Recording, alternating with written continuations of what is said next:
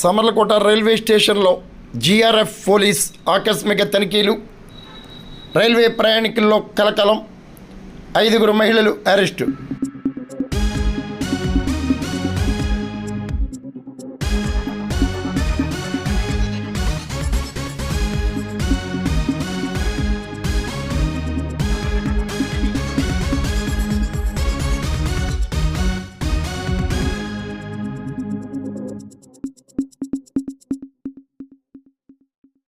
కాకినాడ జిల్లా సమర్లకోట రైల్వే స్టేషన్లో GRF circle inspector Srinivas, SI Vasu ఆధ్వర్యంలో ఆకస్మిక తనిఖీలు నిర్వహించారు. 3వ నెంబర్ ప్లాట్ఫారంలో అనుమానాస్పదంగా తిరుగుతున్న 5 మహిళలను పట్టుకుని విచారించారు.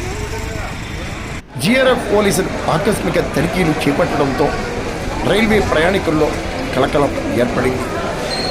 5 మహిళలు విచారించగా వారి వద్ద 5 పెద్ద బస్తాలతో గంజాయి పట్టుబడింది. సుమారు 60 కేజీల గంజాయి పట్టుబడగా దాని విలువ 4 లక్షల రూపాయలు ఉంటుందని 5 మహిళలపై కేసు నమోదు చేసి చర్యలు చేపట్టినట్లు circle inspector Srinivasu, SI Vasu తెలిపారు. రైల్వేలో మహిళలు గంజాయి రవాణాకు పాల్పడటం ప్రజలను, ప్రయాణికులను ఆశ్చర్యానికి, ఆందోళనకు గురి చేసింది.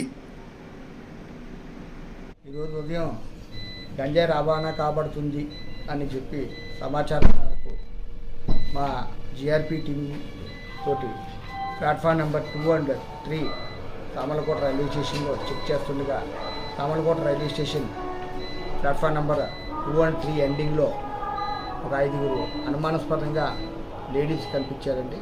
వారిని అనుమానం మీద అదుపులో తీసుకుని ప్రశ్నించగా గంజాయి రవాణా చేస్తున్నామని చెప్పి కన్ఫెస్ చేశారు.